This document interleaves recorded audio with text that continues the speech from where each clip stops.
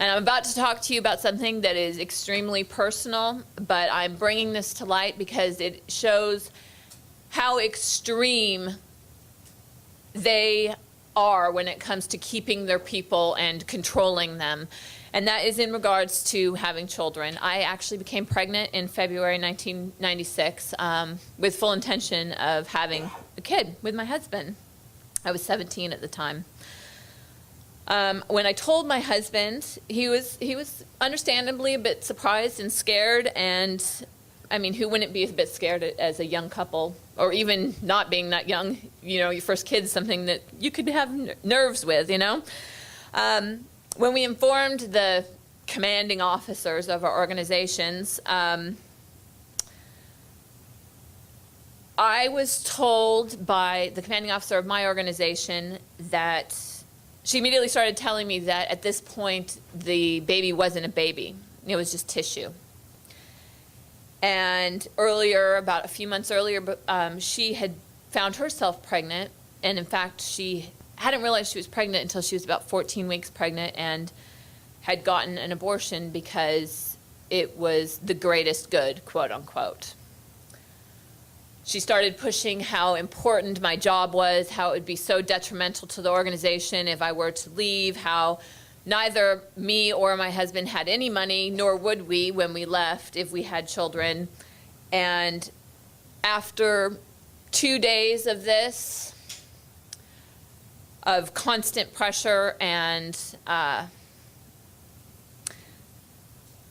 you know, being threatened with the fact of if I left, I would have no money, I would have no life. There's, you know, most people, even at an older age, don't succeed. I had no schooling.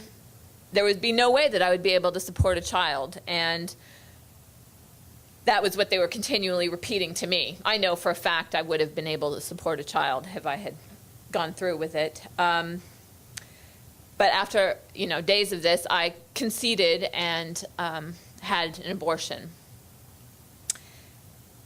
And, you know, the other day, about a week and a half ago, I went in for a deposition, and the lawyer for the Church of Scientology actually asked me, actually he kept rewording questions to get me to say that I agreed to have an abortion. I never agreed to have an abortion. Did I concede? Yes, I did. Does it kill me every day? Yes, it does. In fact, the last, you know, my last thought when I went in to get the abortion, in fact, I said the word, I said, wait. It was not what I wanted, but, you know, unfortunately, the circumstances went down as they did. And the whole subject of wanting to have kids continually came up with me while I was in the Sea organization, to the point where finally in 2001, I was sent to what's called the Rehabilitation Project Force, also known as the RPF in the Sea organization. What that is it's basically you're sent there for punishment. They consider it, you know, they're wanting to rehabilitate you, quote unquote, to get you back and working on a regular post. But really what it is you're just sent there to do intensive, hard labor for them. And, you know, you're put in total segregation from the rest of the world. I was separated from my spouse. I was separated from everyone that was important to me.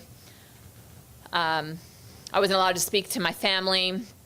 You're not allowed to have more than $20 on you at any given time. You're not allowed to go anywhere without another person. You're watched 24/7. There's always someone, you know, out in the hallway awake outside your rooms. And I was there for almost 3 years in the RPF. I could go on and on. Unfortunately, I don't have too much more time.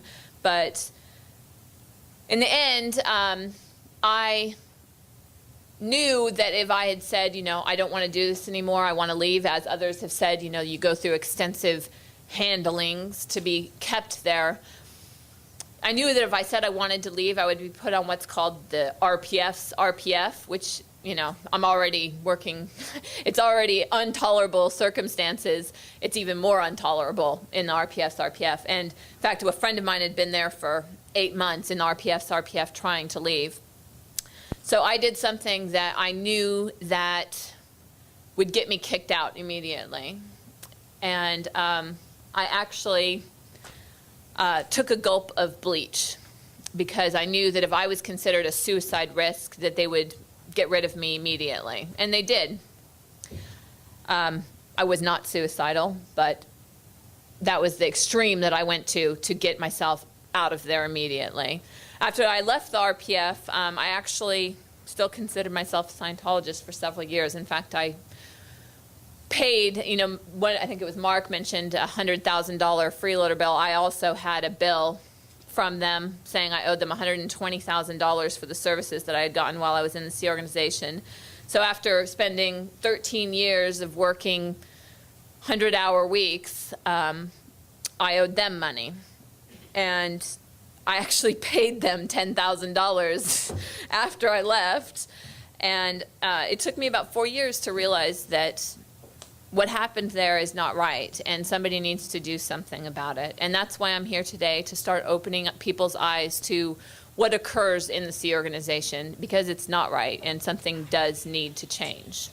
Thank you.